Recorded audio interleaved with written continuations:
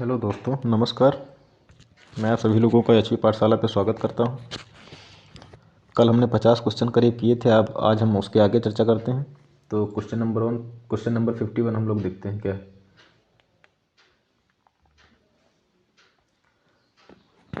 सामान्यतया गेहूं की फसल में क्रमशः नत्रजन, फास्फोरस व पोटास की संतुलित मात्रा कितनी होती है?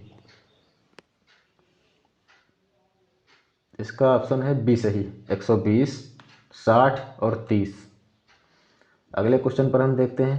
52 क्वेश्चन क्या है हमारा, डीएपी में नत्रजन, फास्फोरस व पोटास की मात्रा कितनी पाई जाती है? डीएपी में नाइट्रोजन, फास्फोरस व पोटास की मात्रा कितनी पाई जाती है? तो 1846 से पोटास की 0% मात्रा। तो अगर हम बात करते हैं डीएपी का फुल फॉर्म क्या है, तो डाई अमोनियम फास्फेट हो गया। अगर हम ये बात करते हैं कि डीएपी का प्रयोग प्रति एकड़ के हिसाब से कितने किया जाता है, कितना प्रति एकड़, जब हमारा ये भी सवाल आ सकता है कि प्रति एकड़ के हिसाब से डीएपी का कितना प्रयोग किया जाता है प्रति एकड़ के हिसाब से। तो प्रति एकड़ के हिसाब से अगर हम बात करते हैं तो करीब 50 केजी का इस्तेमाल किया जाता है।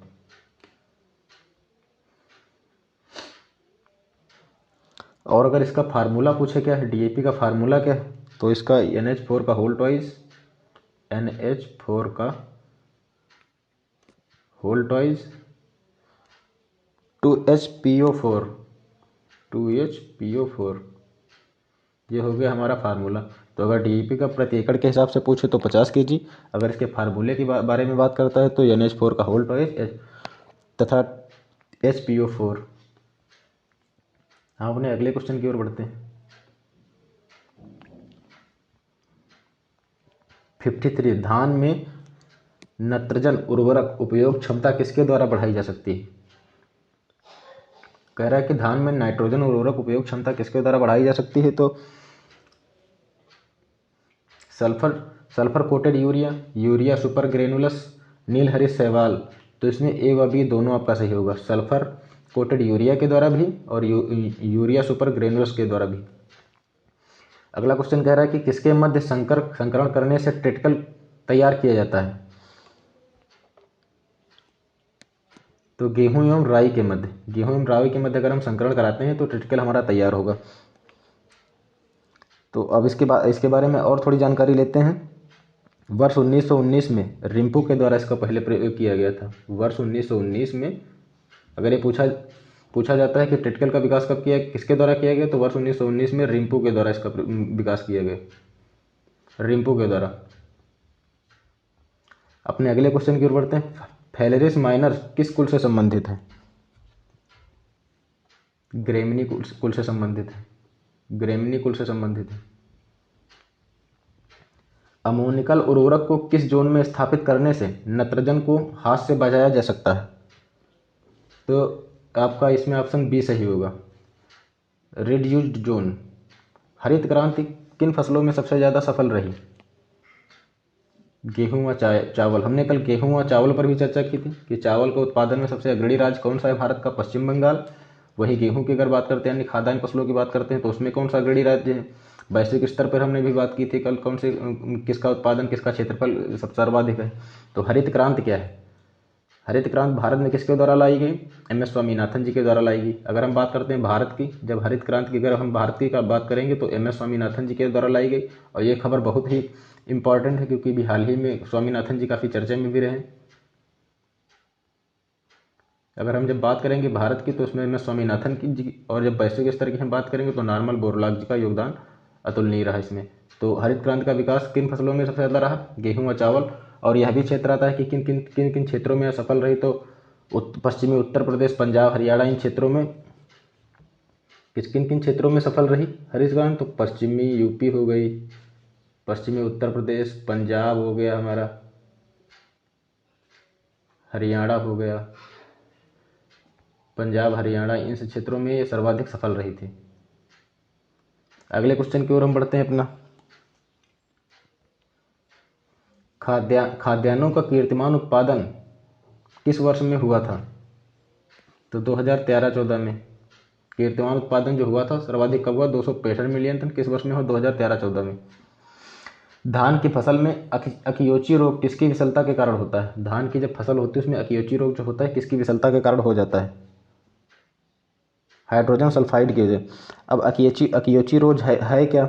इसे मतलब क्या क्या होते हैं, इसमें किसके क्या क्या लक्षण होते हैं? तो जब ये चावल में लगता है तो इसमें काला मुकुट हो जाता है। धान की फसल जब ये अकियोची नामक रोग हो जाता है तो इसकी जड़ सड़ने लगती हैं।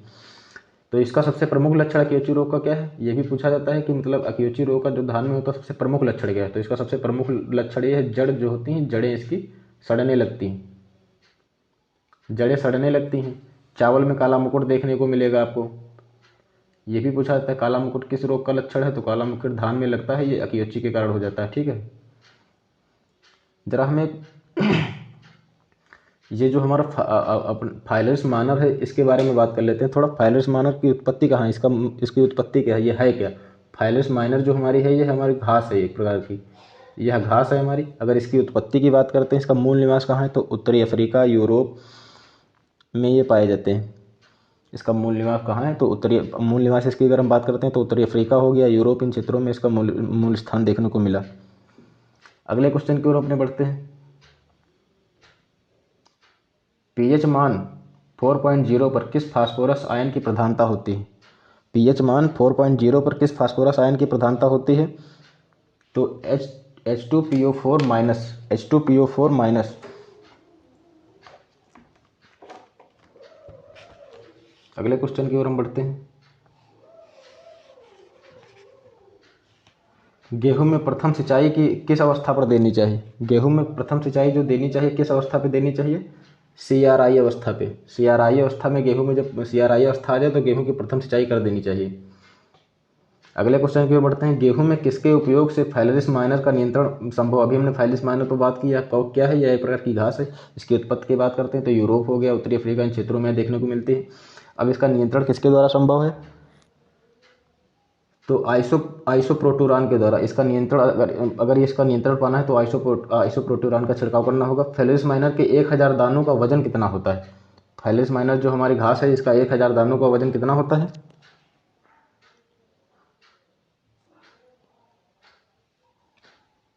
2 ग्राम। फाइलरिस माइनर के अगर हम दानों के वजन की बात करते हैं तो इसका जो वजन होगा करीब 2 ग्राम के आसपास होगा। गेहूं अनुसंधान निर्देशालय कहाँ पर स्थित है? गेहूं अनुसंधान जो हमारा ये है कहाँ पर स्थित है? करनाल में स्थित है। नोबल केन का वैज्ञानिक नाम क्या है? बात करते हैं नोबल केन के वैज्ञानिक नाम पे।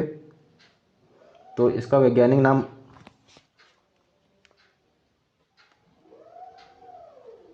सैकरम ऑफिसिनीफेरम है। इसके विस्तृत वर्णन पर अगर हम बात करें तो जो गन्ने का जो ये प्राप्त कैसे करता है, तो गन्ने का नोबलीकरण भारतीय गन्ने में नोबल गन्नेयम सैकरम स्पोन्टेनियम के गुणसूत्रों का स्थानांतरण करके होता है। भारतीय गन्ने का अगर हम कौन नाम क्या है तो सैकरम बारबेरी। इसमें भारतीय गन्ने का वैज्ञानिक नाम क्या है? Saccharum barberry.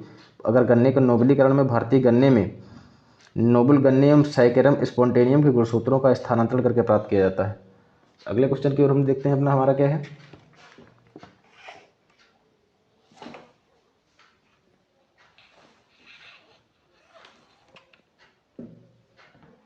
गन्ने का उद्गम स्थल क्या है? हमारे जो गन्ने का उद्गम स्थल क्या है? New Guinea. गन्ने का ओरिजिन क्षेत्र कौन सा है? न्यू गिनी है। गन्ने की उत्पादकता किस राज्य में सर्वाधिक? तो गन्ने का उत्पादन किस राज्य में सर्वाधिक होता है? ये उत्तर प्रदेश में सर्वाधिक होता है। गन्ने का कृषिहर क्षेत्रफल व उत्पादन भारत के किस राज्य में सबसे ज्यादा है?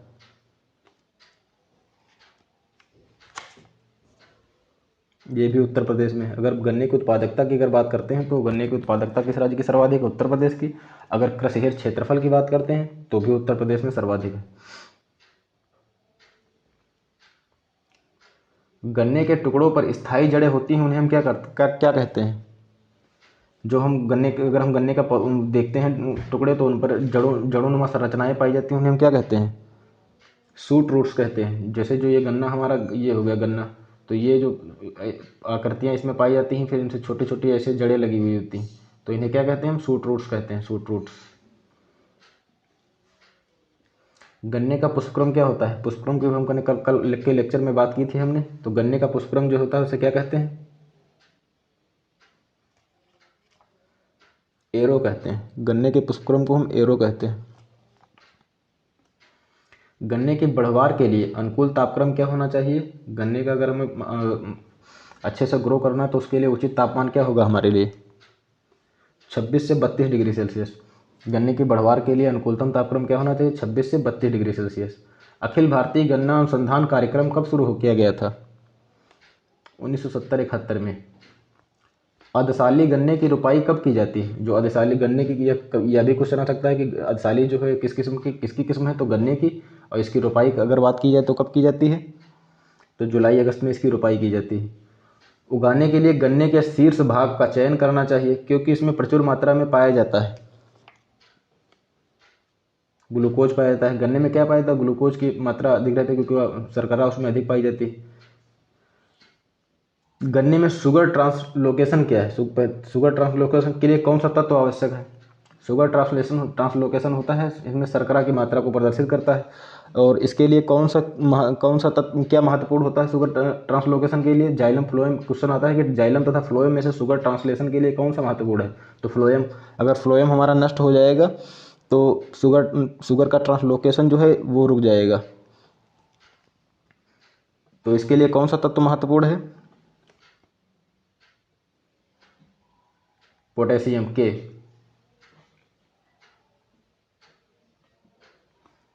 गन्ने की वृद्धि कौन सी अवस्था सिंचाई के लिए सबसे ज़्यादा क्रांतिक अवस्था है? तो क्रांतिक अवस्था किसे कहते हैं? क्रांतिक अवस्था की अगर हम बात करते हैं तो सिंचाई करने या ना करने से वह एक ऐसी अवस्था जब वह सिंचाई करने या ना करने से उसकी पैदावार प्रभावित होती है तो उसे हम क्रांतिक अवस्थाएं कहते हैं। तात्पर्य मतलब इसका यह है कि क्रांतिक अवस्था किसे कहेंगे कि पौधे की एक ऐसी अवस्था जब उसको पानी की आवश्यकता होती है तो उस समय अगर हम सिंचाई करते हैं या नहीं करते हैं तो उससे जो पैदावार पर प्रभाव पड़ेगा उसको क्रांतिक अवस्था कहते हैं। तो इसके लिए सही उत्तर कौन सा होगा? फॉर्मेटिव स्टेज होगी।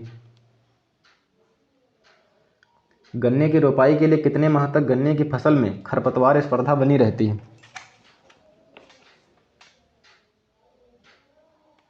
4 माह तक। गन्ने की फसल में पैदावार में खरपतवार नियंत्रण के लिए कौन से खरपतवार नाशी का प्रयोग किया जा सकता है? ये बहुत इंपॉर्टेंट है कि गन्ने की फसल में खरपतवार पर नियंत्रण पाने के लिए हम कौन से खरपतवार नाशियों का प्रयोग करते हैं? तो सीमाजिन का भी प्रयोग किया जा सकता है, एट्राजिन का भी प्रयोग किया जा सकता है, एल्का क्लोर का भी प्रयोग किया जा सकता है। तो इसमें क्या सही होगा? उपरोक्त सभी सही होगा। गन्ने का सबसे भयंकर रोग कौन सा है? लाल सड़न रोग। गन्ने का सबसे भयंकर रोग क्या होता है? लाल सड़न रोग। तो लाल सड़न रोग क्या होता है? जो हमारे किसान भाई लोग हैं वो देखते होंगे कि जैसे गन्ना है तो इसमें जो ये संधियां हमने अभी बात की, ये जो पाई जाती हैं, इस प्रकार की आकृति जो होती हैं, इनके जो इनसे जो संरचनाएं निकली हुई थी बाहर, इन्हें हम शूट रॉड्स कहते हैं, रूट्स कहते हैं। इसके बीच में एक ऐसे संरचना आप देखने को पाएंगे। तो ये जो हमारी होती है लाल सड़न रोग कहलाता है। ये बहुत ही खतरनाक होता है। 1 हेक्टेयर भूमि में गन्ना रोपाई के लिए कितने सेट्स की आवश्यकता होती है?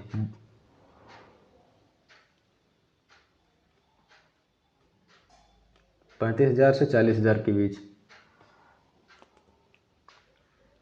गन्ना की रोपाई जो होगी वह नाली विधि भारत के किस क्षेत्र में प्रचलन है? गन्ने की रोपाई के लिए जो नाली विधि किस क्षेत्र में प्रचलन है? तटीय क्षेत्रों में प्रचलन है। नाली विधि है क्या? नाली विधि क्या है? ऐसे क्यारियाँ बना ली जाती हैं इसके लिए पहले ऐसे क्यारियाँ बना ली जाती हैं नाली के रूप में, फिर इसी में इसकी गन्ने के जो ये हो बडेड सीड सेट्स जो होते हैं इनकी रोपाई की जाती है। तटीय क्षेत्र कौन कौन से हैं? अगर हम तटीय क्षेत्रों की बात करते हैं कौन कौन से हैं इनके बारे में बात कर लें। तटीय क्षेत्र तो जैसे ये हमारा भारत का नक्शा है, जैसे ये हमारा भारत का, एक मिनट, जैसे ये हमारा भारत का नक्शा है,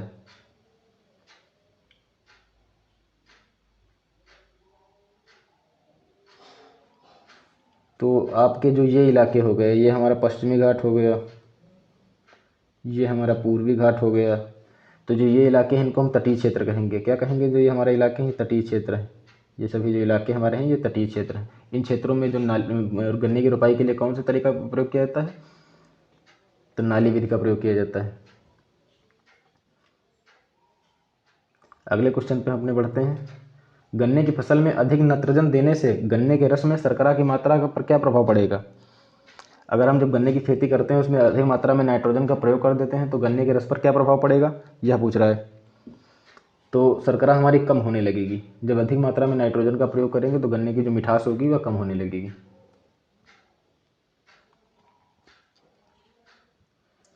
एप्रिकेनिया मिलेनोल्यूका किसके खिलाफ परजीवी के रूप में प्रयोग किया जाता है? शुगर केन पायरिला के खिलाफ प्रयोग किया जाता है। शुगर केन जो पायरिला होता है उसके खिलाफ इसका प्रयोग किया जाता है।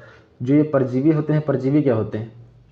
मान लेते हैं कोई एक पौधा है, जैसे परजीवी क्या है, ये कोई एक पौधा है, इस पर जब कोई अन्य चीज़ निर्भर होती तो वह परजीवी होती, परजीवी कहलाती। अगला क्वेश्चन हमारा क्या है? फसल की किस्म में रोधिता, जो कि फसल की एक ही किस्म को 4 से 5 वर्ष तक बृहद पैमाने पर लगाने पर एक रोगजनक के प्रति रोग रोधिता और अन्य रोगजनों के प्रति ग्राही हो जाती है, तो इस प्रकार की रोधिता क्या कहलाती है? ऊर्ध्व रोधिता कहेंगे इसको, वर्टिकल रेसिस्टेंट कहेंगे। निम्नलिखित में से सबसे मोटा अनाज कौन सा है? पेस्पेलम स्क्रोबाइकुलेटम। पेस्पेलम स्क्रोबाइकुलेटम मोटा अनाज, सबसे मोटा अनाज है। इन जो ऑप्शन दिए गए मोटे अनाज में कौन कौन से आते हैं? ज्वार हो गया हमारा, ज्वार हो गया, बाजरा हो गया, मक्का हो गया, ये सब मोटे अनाज हैं हमारे।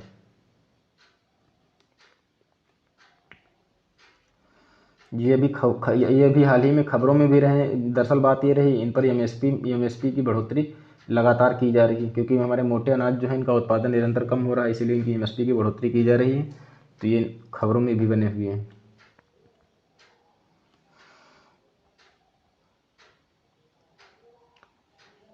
फसलों और सिंचाई की क्रांतिक अवस्थाओं के युग में से कौन सा एक जोड़ा गलत है, उसको छांटते हैं।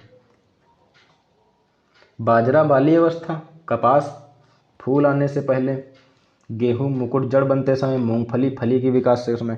तो इसमें कौन सा गलत है? गलत जोड़ा कौन सा है हमारा? ये गलत है, मूंगफली फली के विकास के समय, डी गलत होगा।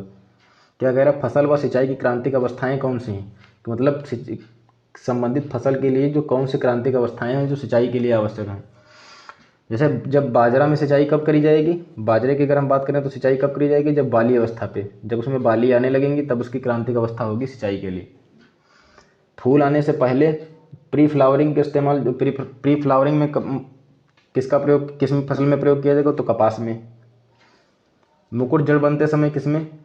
सीआरआई स्टेज में। किसमें? गेहूं में। सीआरआई स्टेज किससे संबंधित है? गेहूं से। मूंगफली के फली विकास के समय, ये गलत है। प्रकाश संश्लेषण में ध्वजपर्ण का कितना प्रतिशत तक योगदान है?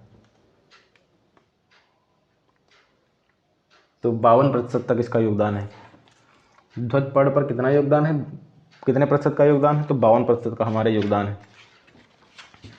अगले क्वेश्चन की ओर हम बढ़ते हैं।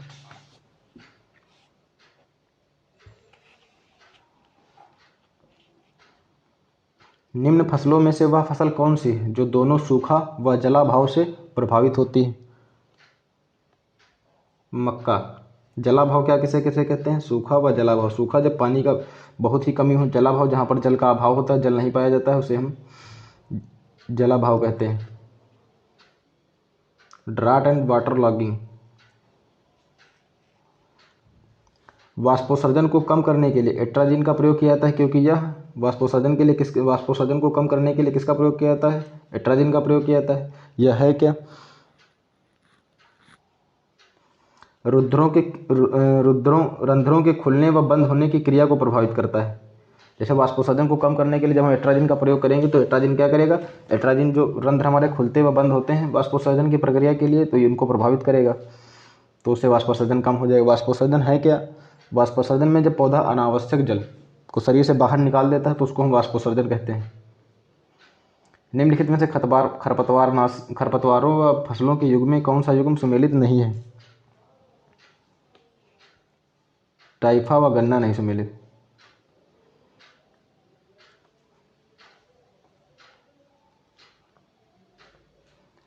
मक्के की फसल में ग्रासी खरपतवारों को एट्राजिन खरपतवार नाशी द्वारा नियंत्रित किया जाता है और मक्का के पौधों को इस खरपतवार नाशी से नुकसान नहीं पहुंचता है, क्योंकि मक्के के पौधे में इस खरपतवार नाशी का निम्नीकरण एंजाइम द्वारा किया जाता है, GSH एंजाइम द्वारा। इसका निम्नीकरण GSH एंजाइम द्वारा कर दिया जाता है। निम्नलिखित में से खरपतवार नाशियों में से माइकोहर्बिसाइड कौन सा है? माइकोहर्बोसाइड किसे कहते हैं या कौन सा है? कोलेगो क्या है? माइक्रो हर्बिसाइड है, माइको हर्बिसाइड है। मृदा उर्वरता को अच्छी तरह बनाए रखने के लिए किस फसल चक्र को अपनाया जाना चाहिए?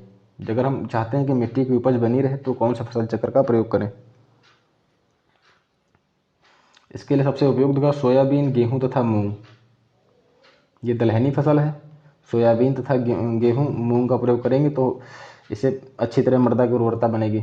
दलहनी फसलों में क्या पाया जाता है? दलहनी फसलों की जो जड़ें होती हैं उनकी गांठों में राइजोबियम नामक बैक्टीरिया पाया जाता है, जो नाइट्रोजन के स्थिरीकरण के लिए आवश्यक भी होता है। ये भी पूछा जाता है। प्रति इकाई क्षेत्रफल अंतः फसल की उत्पादन व उसी क्षेत्रफल से संभावित एकल फसल की उत्पादकता के अनुपात को हम क्या कहते हैं? भौम तुल्यांकीय अनुपात कहते हैं, भूमि तुल्यांकीय अनुपात कहते हैं। इसे क्या कहेंगे? भूमि तुल्यांकीय, लैंड इक्विवेलेंट रेशियो कहेंगे। प्रति इकाई क्षेत्रफल अंतः फसल की उत्पादकता व उसी क्षेत्रफल से संभावित एकल फसल की उत्पादकता के अनुपात को हम क्या कहेंगे? लैंड इक्विवेलेंट रेशियो कहेंगे।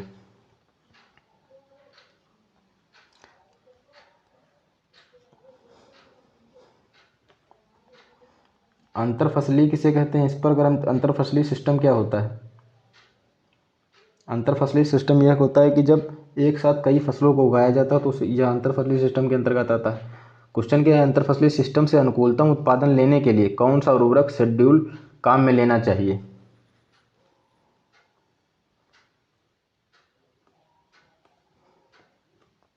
केवल मुख्य फसल की पूर्ण संतुलित मात्रा को लेना चाहिए। मृदा की पीएच मान में बदलाव के प्रति अच्छी तरह अवरोध करने की क्षमता क्या कहलाती है? जो पीएच मान में बदलाव करने के प्रति जो अच्छी अवरोध क्षमता होती है उसे हम क्या कहते हैं? बफरिंग कैपेसिटी कहेंगे। इसको हम बफरिंग कैपेसिटी कहते हैं। पीएच मान क्या होता है? आपको एक स्केल के बारे में अपनी जानकारी होगी। ये उदासीन हो गया हमारा, ये इधर हो गया, ये इधर हो गया। 7 इसमें पैमाने होते हैं। कौन क्षारीय हो गया, कौन अम्लीय हो गया।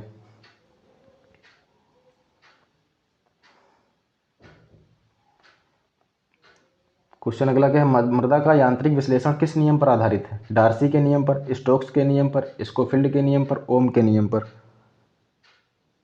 तो हमारा ये स्टोक्स के नियम पर आधारित है।